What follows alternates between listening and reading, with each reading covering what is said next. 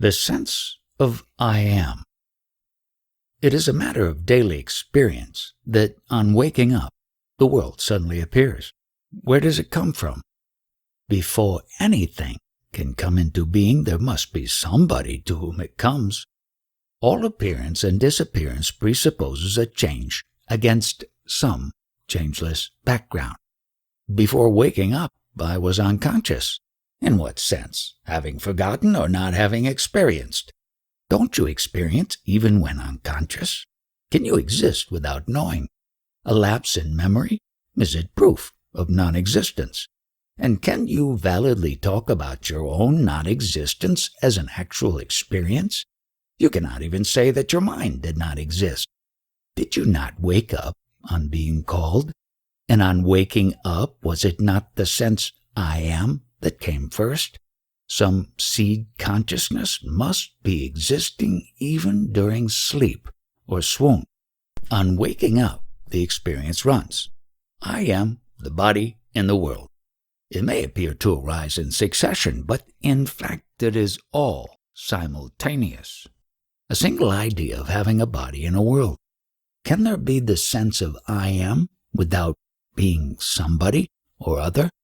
I am always somebody with its memories and habits. I know no other I am. Maybe something prevents you from knowing.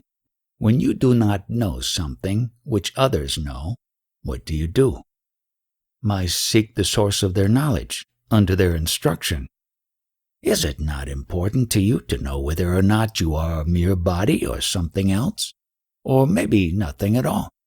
Don't you see that all your problems are your body's problems? Food, clothing, shelter, family, friends, name, fame, security, survival. All these lose their meaning the moment you realize that you may not be a mere body. What benefit is there in knowing that I am not the body? Even to say that you are not the body is not quite true. In fact, you are all the bodies, hearts and minds, and much more. Go deep into the sense of I am, and you will find. How do you find a thing you have mislaid or forgotten? You keep it in your mind until you recall it. The sense of being, of I am, is the first to emerge.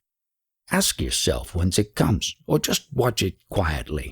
When the mind stays in the I am without moving, you enter a state which cannot be verbalized but can be experienced. All you need do is try and try again. After all, the sense I am is always with you, only you have attached all kinds of things to it: body, feelings, thoughts, ideas, possessions, etc. All these self-identifications are misleading. Because of them, you take yourself to be what you are not. Then what am I? It is enough to know what you are not. You need not know what you are, for as long as knowledge means description in terms of what is already known, perceptual or conceptual, there can be no such thing as self-knowledge. For what you are cannot be described, except as total negation. All you can say is, I am not this, I am not that. You cannot meaningfully say, this is what I am. It just makes no sense. What you can point out as this or that cannot be yourself. Surely you cannot be something else. You are nothing perceivable or imaginable. Yet without you, there can neither be perception nor imagination. You observe the heart feeling, the mind thinking, the body acting. The very act of perceiving shows that you are not what you perceive. Can there be perception, experience, without you? An experience must belong. Somebody must come and declare it as his own. Without an experiencer, the experience is not real. It is the experiencer that imparts reality to experience. An experience which you cannot have, of what value is it to you? The sense of being an experiencer, the sense of I am, is it not also an experience? Obviously, everything experienced is an experience, and in every experience there arises the experiencer of it. Memory creates the illusion of continuity. In reality, each experience has its own experiencer, and the sense of identity is due to the common factor at the root of all experiencer-experience relations. Identity and continuity are not the same, just as each flower has its own color, but all colors are caused by the same light. So do many experiences appear in the undivided, indivisible awareness, each separate in memory, identical in essence. This essence is the root, the foundation, the timeless and spaceless possibility of all experience. How do I get at it? You need not get at it, for you are it. It will get at you, if you give it the chance. Let go your attachment to the unreal, and the real will swiftly and smoothly step into its own. Stop imagining yourself being or doing this or that, and the realization that you are the source and heart of all will dawn upon you. With this will come great love, which is not choice or predilection, nor attachment, but a power which makes all things love-worthy and lovable. Obsession with the body. Maharaj, you are sitting in front of me and I am here at your feet. What is the basic difference between us? There is no basic difference. Still, there must be some real difference. I come to you, you do not come to me. Because you imagine differences, you go here and there in search of superior people. You too are a superior person. You claim to know the real, while I do not. Did I ever tell you that you do not know, and therefore you are inferior? Let those who invented such distinctions prove them. I do not claim to know what you do not. In fact, I know much less than you do. Your words are wise, your behavior noble, your grace all-powerful. I know nothing about it at all, and see no difference between you and me. My life is a succession of events just like yours. Only I am detached and see the passing show as a passing show, while you stick to things and move along with them. What made you so dispassionate? Nothing in particular. It so happened that I trusted my guru. He told me, I am nothing but myself, and I believed him. Trusting him, I behaved accordingly and ceased caring for what was not me, nor mine. Why were you lucky to trust your teacher fully, while our trust is nominal and verbal? Who can say? It happens so. Things happen without cause and reason, and after all, what does it matter who is who? Your high opinion of me is your opinion only. Any moment you may change it. Why attach importance to opinions, even your own? Still, you are different. Your mind seems to be always quiet and happy, and miracles happen round you. I know nothing about miracles, and I wonder whether nature admits exceptions to her laws. Unless we agree that everything is a miracle. As to my mind, there is no such thing. There is consciousness in which everything happens. It is quite obvious and within the experience of everybody. You just do not look carefully enough. Look well and see what I see. What do you see? I see what you too could see, here and now, but for the wrong focus of your attention. You give no attention to yourself. Your mind is all with things, people, and ideas, never with yourself. Bring yourself into focus. Become aware of your own existence. See how you function. Watch the motives and results of your actions. Study the prison you have built around yourself by inadvertence. By knowing what you are not, you come to know yourself. The way back to yourself is through refusal and rejection. One thing is certain, the real is not imaginary. It is not a product of the mind. Even the sense I am is not continuous, though it is a useful pointer. It shows where to seek, but not what to seek. Just have a good look at it. Once you are convinced that you cannot say truthfully about yourself anything except I am, and that nothing can be pointed at, can be yourself, the need for the I am is over. You are no longer intent on verbalizing what you are. All you need is to get rid of the tendency to define yourself. All definitions apply to your body only and to its obsessions. Once this expression with the body goes, you will revert to your natural state, spontaneously and effortlessly. The only difference between us is that I am aware of my natural state, while you are bemused. Just like gold made into ornaments has no advantage over gold dust, except when the mind makes it so. So are we one in being. We differ only in appearance. We discover it by being earnest, by searching, inquiring, questioning daily and hourly, by giving one's life to this discovery.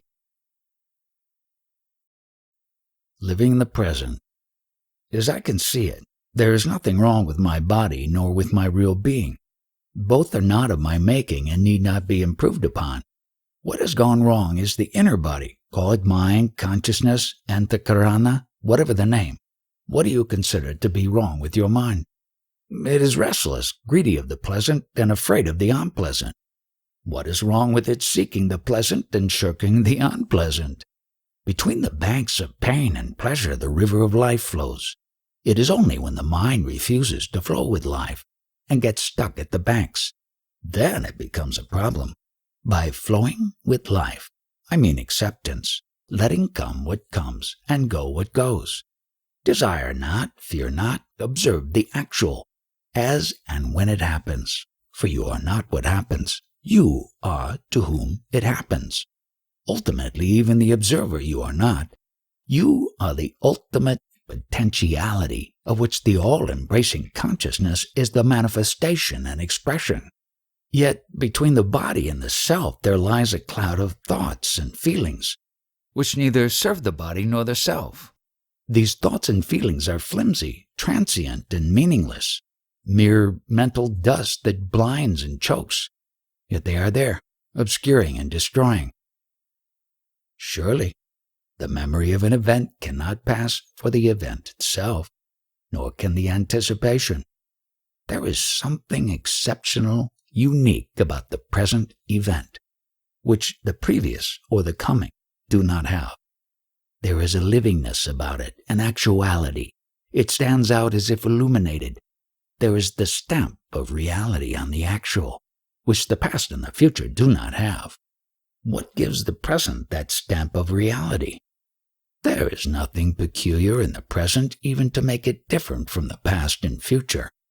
For a moment the past was actual, and the future will become so. What makes the present so different? Obviously my presence. I am real, for I am always now in the present, and what is with me now shares in my reality. The past is my memory, the future my imagination. There is nothing in the present event itself that makes it stand out as real. It may be simple, periodic occurrence, like the striking of the clock.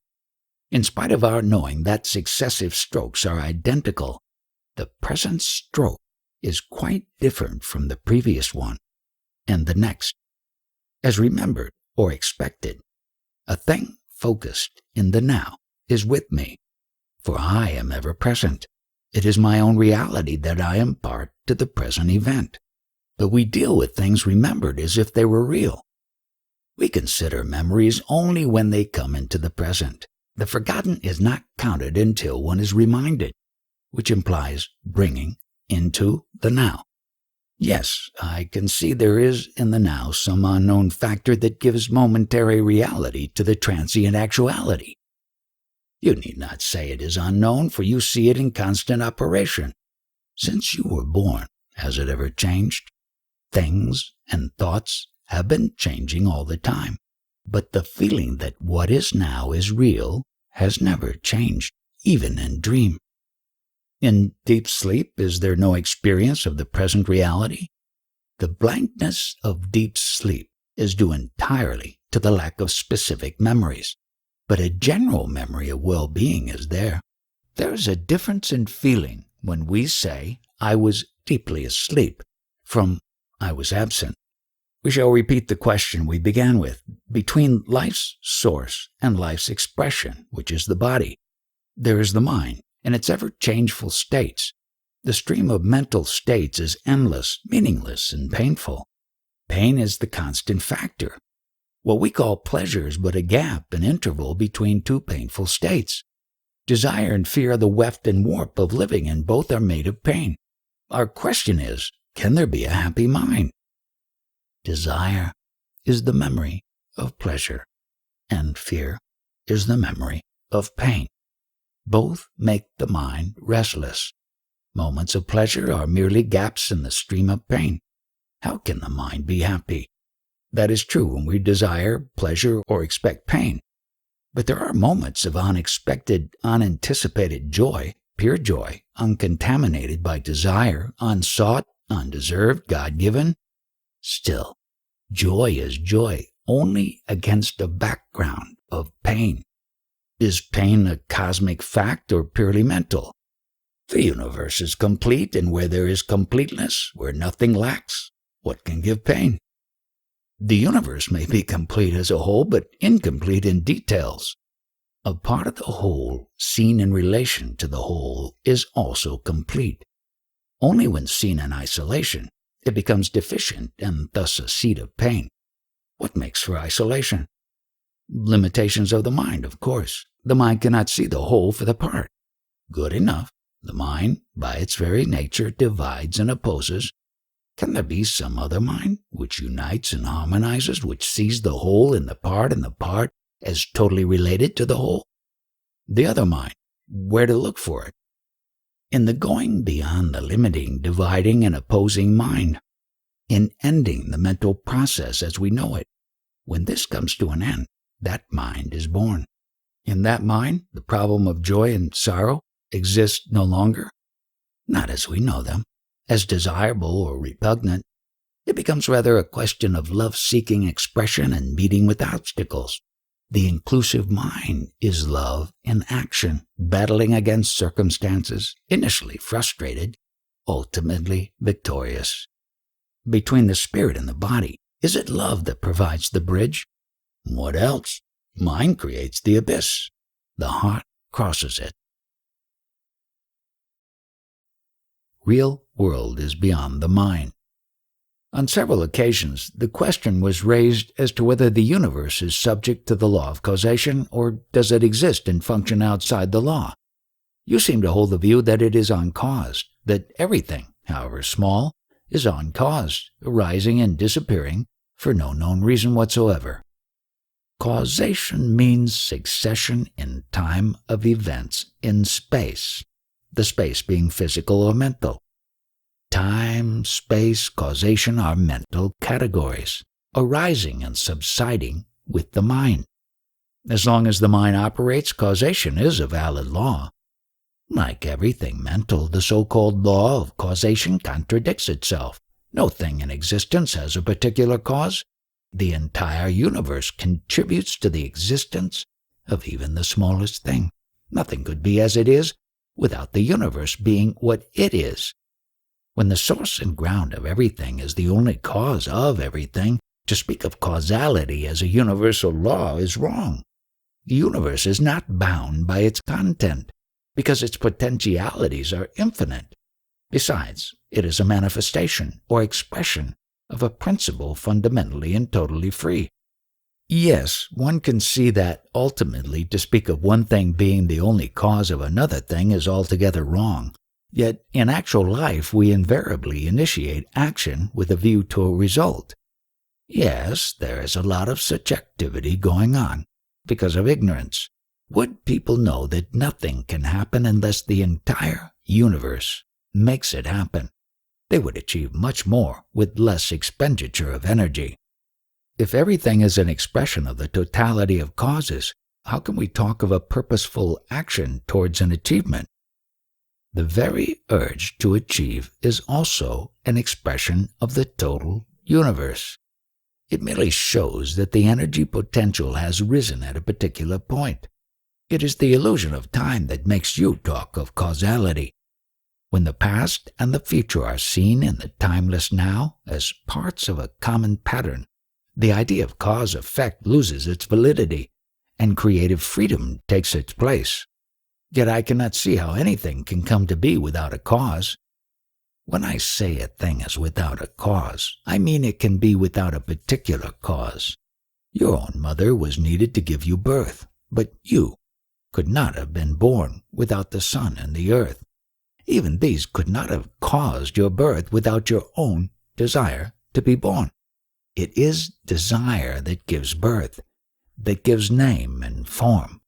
The desirable is imagined and wanted and manifests itself as something tangible or conceivable. Thus is created the world in which we live, our personal world. The real world is beyond the mind's ken. We see it through the net of our desires, divided into pleasure and pain, right and wrong, inner and outer. To see the universe as it is, you must step beyond the net. It is not hard to do so, for the net is full of holes. What do you mean by holes and how to find them? Look at the net and its many contradictions. You do and undo at every step. You want peace, love, happiness, and work hard to create pain, hatred, and war. You want longevity and overeat. You want friendship and exploit. See your net is made of such contradictions and remove them. Your very seeing them will make them go. Since my seeing the contradictions makes it go, is there no causal link between my seeing and its going? Causality, even as a concept, does not apply to chaos. To what extent is desire a causal factor? One of the many. For everything, there are innumerable causal factors. But the source of all that is the infinite possibility, the supreme reality which is in you and which throws its power and light and love on every experience. But this source is not a cause, and no cause is a source. Because of that, I say everything is uncaused. You may try to trace how a thing happens, but you cannot find out why a thing is as it is. A thing is as it is because the universe is as it is. What is born must die. Is the witness consciousness permanent or not? It is not permanent. The knower rises and sets with the known. That in which both the knower and the known arise and set is beyond time. The words permanent or eternal do not apply. In sleep there is neither the known nor the knower. What keeps the body sensitive and receptive? Surely you cannot say the knower was absent. The experience of things and thoughts was not there, that is all. But the absence of experience too is experience. It is like entering a dark room and saying, "I see nothing." A man blind from birth knows not what darkness means. Similarly, only the knower knows that he does not know. Sleep is merely a lapse in memory. Life goes on. And what is death? It is the change in the living process of a particular body. Integration ends and disintegration sets in. But what about the knower? With the disappearance of the body, does the knower disappear? Just as the knower of the body appears at birth, so he disappears at death. And nothing remains? Life remains. Consciousness needs a vehicle and an instrument for its manifestation. When life produces another body, another knower comes into being. Is there a causal link between the successive body knowers or body minds? Yes, there is something that may be called the memory body or causal body, a record of all that was thought, wanted, and done. It is like a cloud of images held together. What is the sense of a separate existence? It is a reflection in a separate body of the one reality. In this reflection, the unlimited and the limited are confused and taken to be the same. To undo this confusion is the purpose of yoga. Does not death undo this confusion? In death only the body dies. Life does not. Consciousness does not. Reality does not. And the life is never so alive as after death. But does one get reborn? What was born must die. Only the unborn is deathless. Find what it is that never sleeps and never wakes, and whose pale reflection is our sense of I. How am I to go about this finding out? How do you go about finding out anything? By keeping your mind and heart in it. Interest there must be in steady remembrance. To remember what needs to be remembered is the secret of success. You come to it through earnestness. Do you mean to say that mere wanting to find out is enough? Surely both qualifications and opportunities are needed. These will come with earnestness. What is supremely important is to be free from contradictions. The goal and the way must not be on different levels. Life and light must not quarrel. Behavior must not betray belief. Call it honesty, integrity, wholeness. You must not go back, undo, uproot, abandon the conquered ground. Tenacity of purpose and honesty in pursuit will bring you to your goal. Tenacity and honesty are endowments, surely. Not a trace of them I have. All will come as you go on. Take the first step first. All blessings come from within. Turn within. I am. You know, be with it all the time you can spare, until you revert to it spontaneously. There is no simpler and easier way. Meditation. All teachers advise to meditate. What is the purpose of meditation? We know the outer world of sensations and actions, but of our inner world of thoughts and feelings, we know very little. The primary purpose of meditation is to become conscious of and familiar with our inner life. The ultimate purpose is to reach the source of life and consciousness. Incidentally, practice of meditation affects deeply our character. We are slaves to what we do not know. Of what we know, we are masters.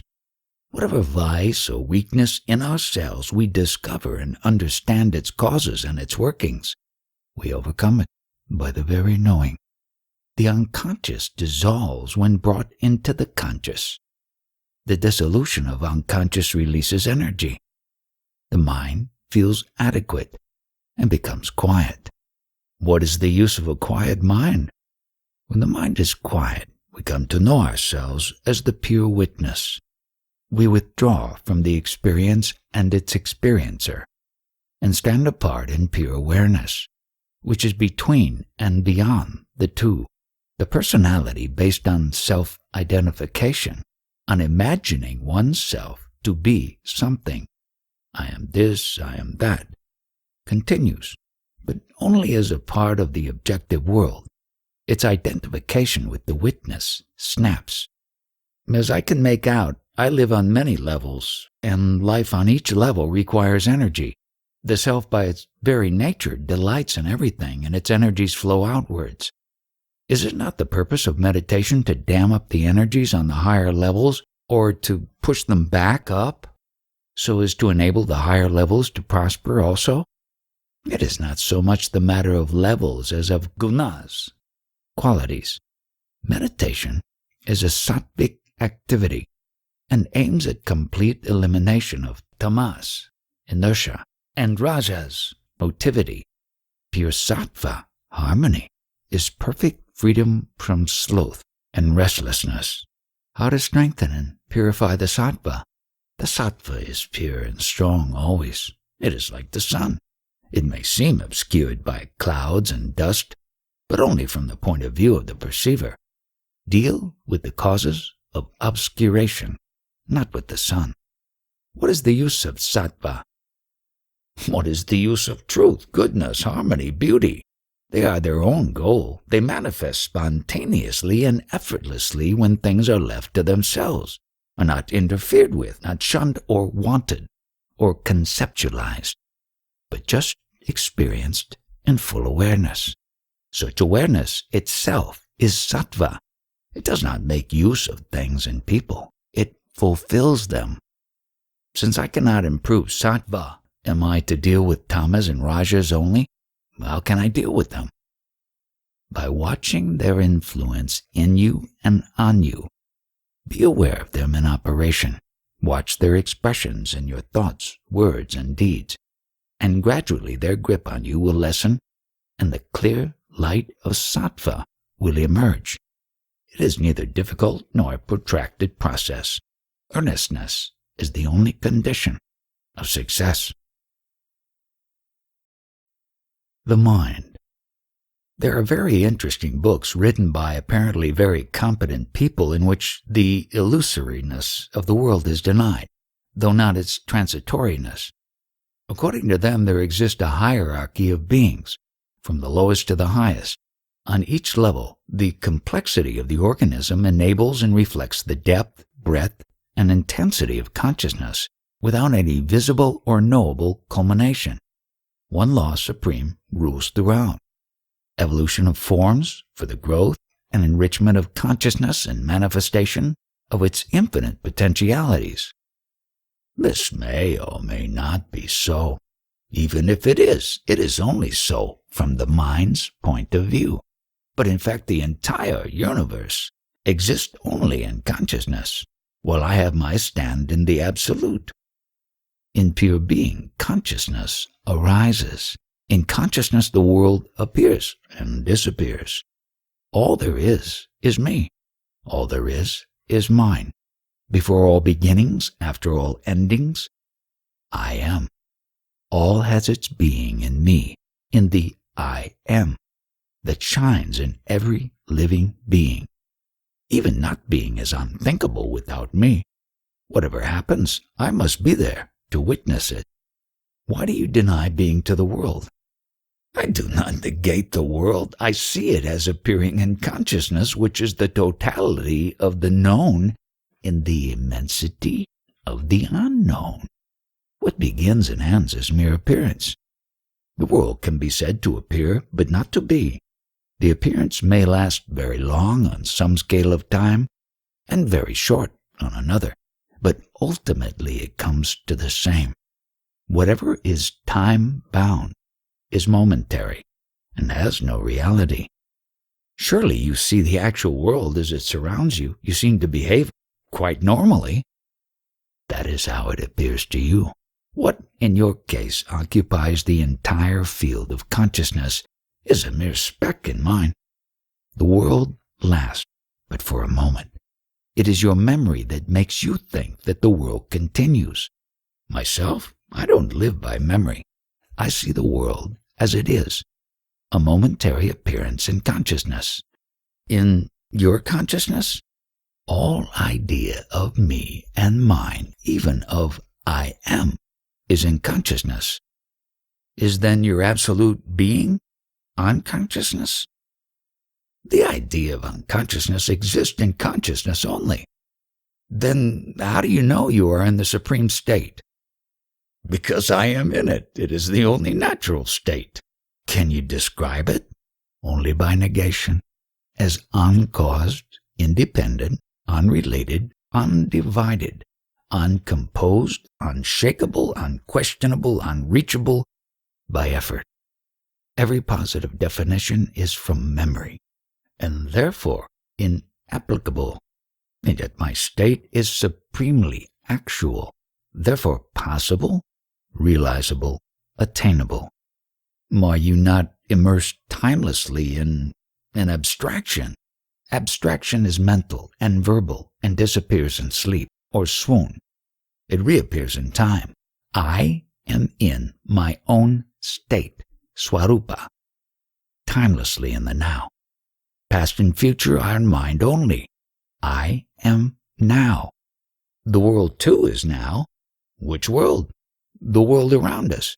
It is your world you have in mind, not mine. What do you know of me, when even my talk with you is in your world only? You have no reason to believe that my world is identical with yours.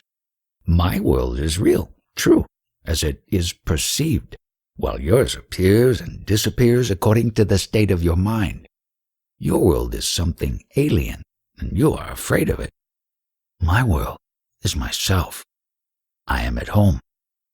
If you are the world, how can you be conscious of it? Is not the subject of consciousness different from its object? Consciousness and the world appear and disappear together. Hence they are two aspects of the same state, In sleep, am I not, and the world continues? How do you know? On waking up, I come to know. My memory tells me. Memory is in the mind. The mind continues in sleep. It is partly in abeyance, but its world picture is not affected. As long as the mind is there, your body and your world are there. Your world is mind-made, subjective, and closed within the mind, fragmentary, temporary, personal, hanging on the thread of memory. So is yours. Oh, no. I live in a world of realities while yours is of imagination. Your world is personal, private, unshareable, intimately your own. Nobody can enter it, see as you see, hear as you hear, feel your emotions, and think your thoughts. In your world, you are truly alone, enclosed in your ever-changing dream, which you take for life. My world is an open world, common to all, accessible to all. In my world there is community, insight, love, real quality. The individual is the total, the totality in the individual. All are one, and the one is all. Is your world full of things and people as is mine?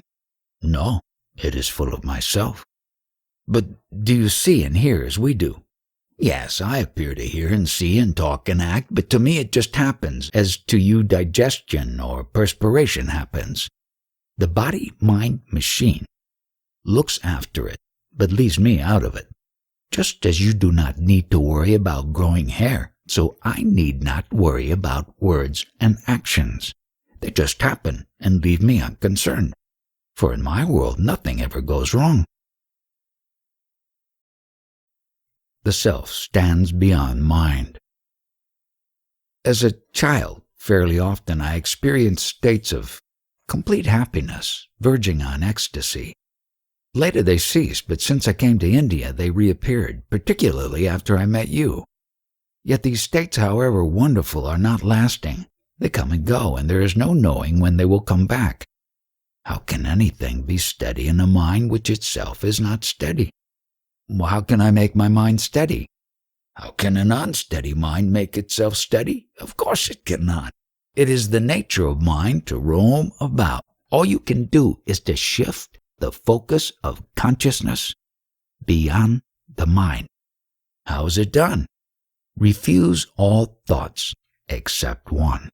The thought, I am. The mind will rebel in the beginning, but with patience and perseverance it will yield and keep quiet.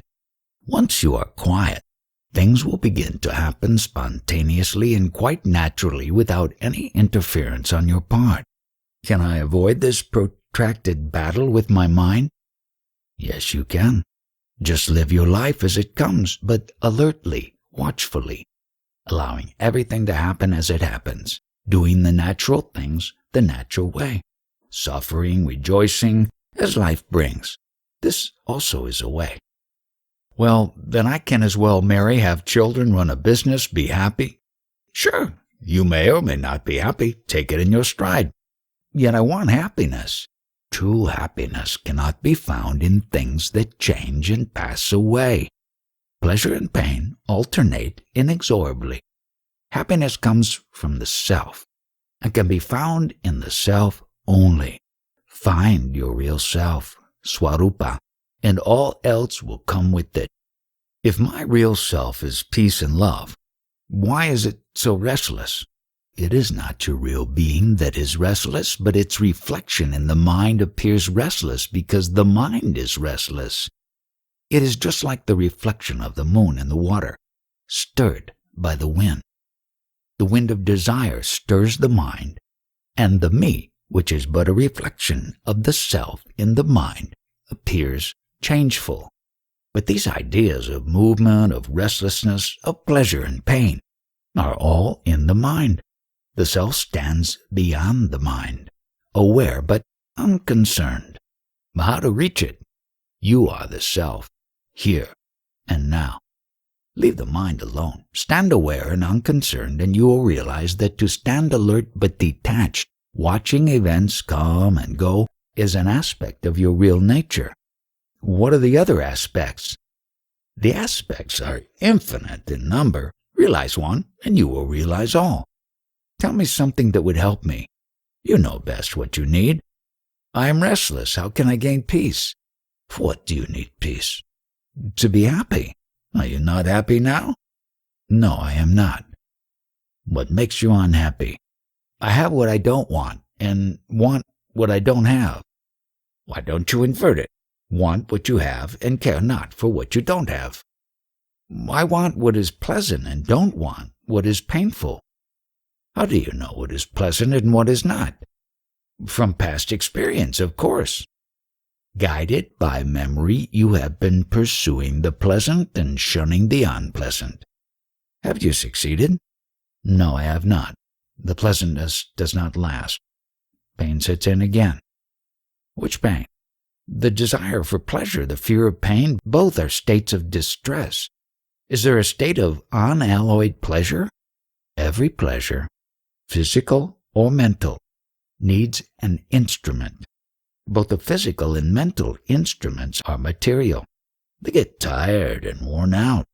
The pleasure they yield is necessarily limited in intensity and duration. Pain is the background of all your pleasures. You want them because you suffer.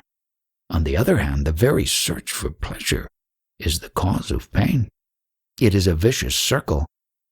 I can see the mechanism of my confusion, but I do not see my way out of it. The very examination of the mechanism shows the way.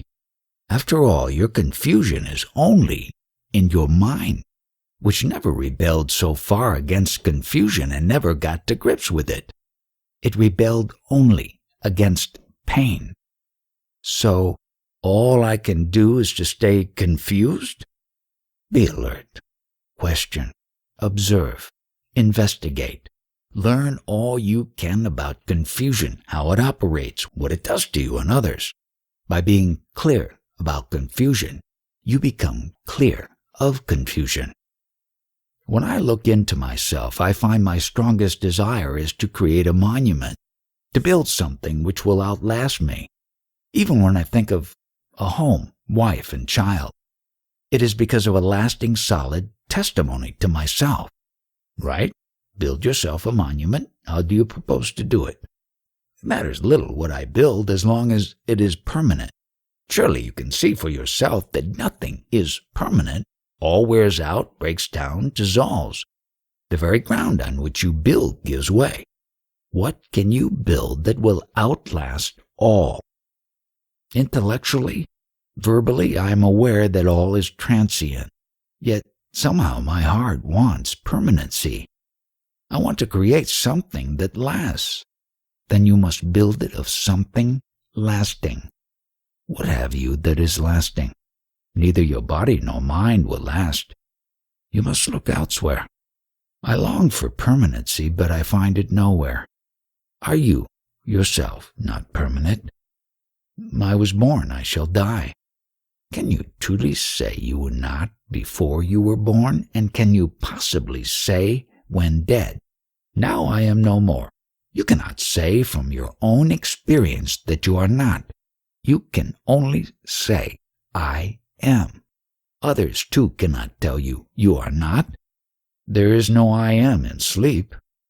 Before you make such sweeping statements, examine carefully your waking state. You will soon discover that it is full of gaps when the mind blanks out. Notice how little you remember even when fully awake. You just don't remember.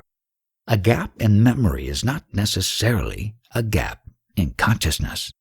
Can I make myself remember my state of deep sleep? Of course.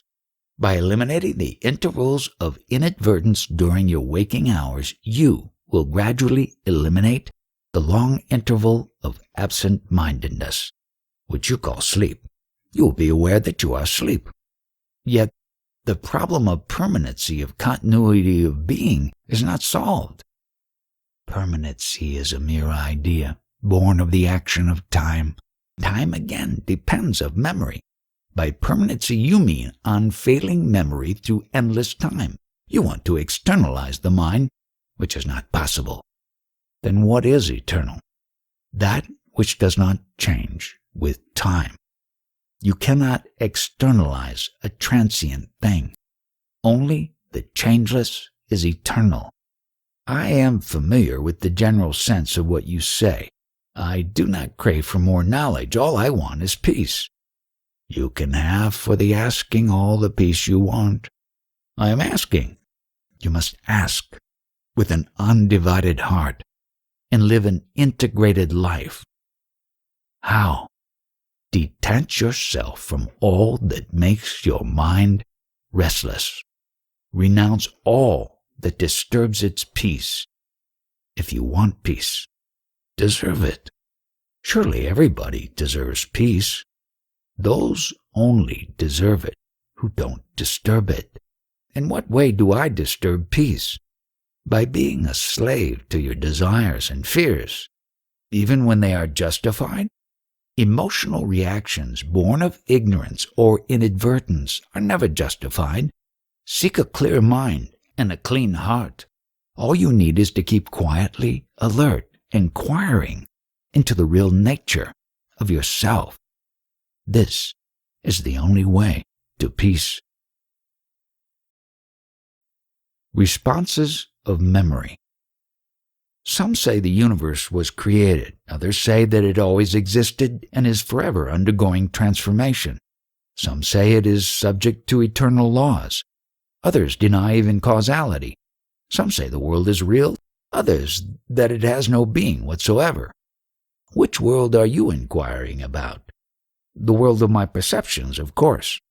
The world you can perceive is a very small world indeed, and it is entirely private. Take it to be a dream, and be done with it.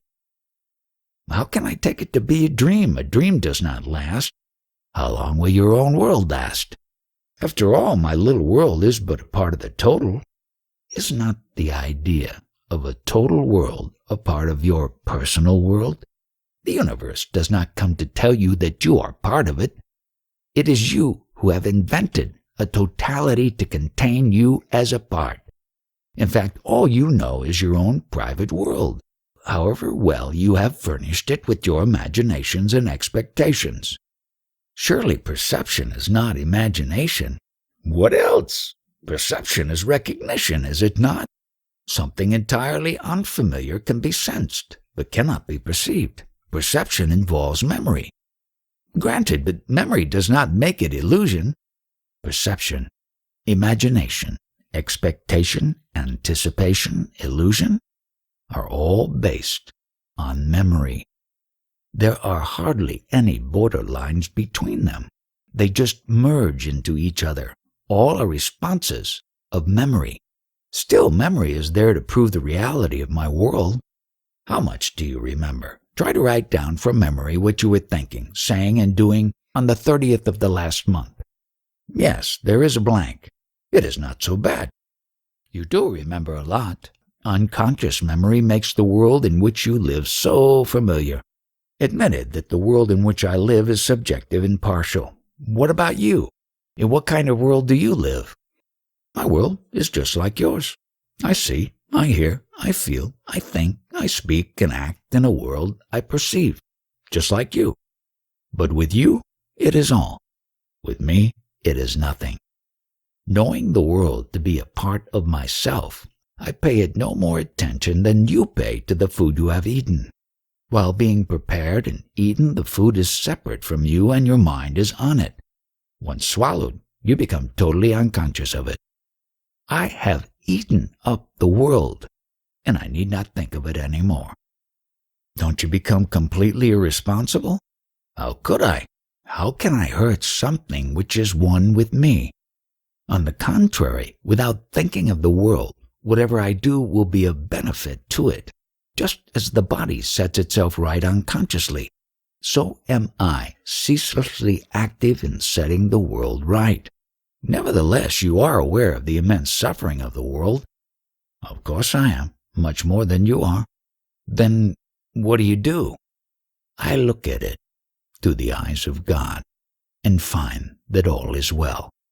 How can you say that all is well? Look at the wars, the exploitation, the cruel strife between the citizen and the state.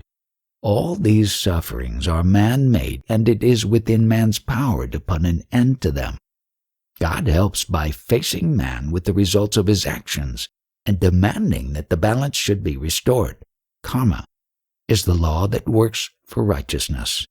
It is the healing hand of God.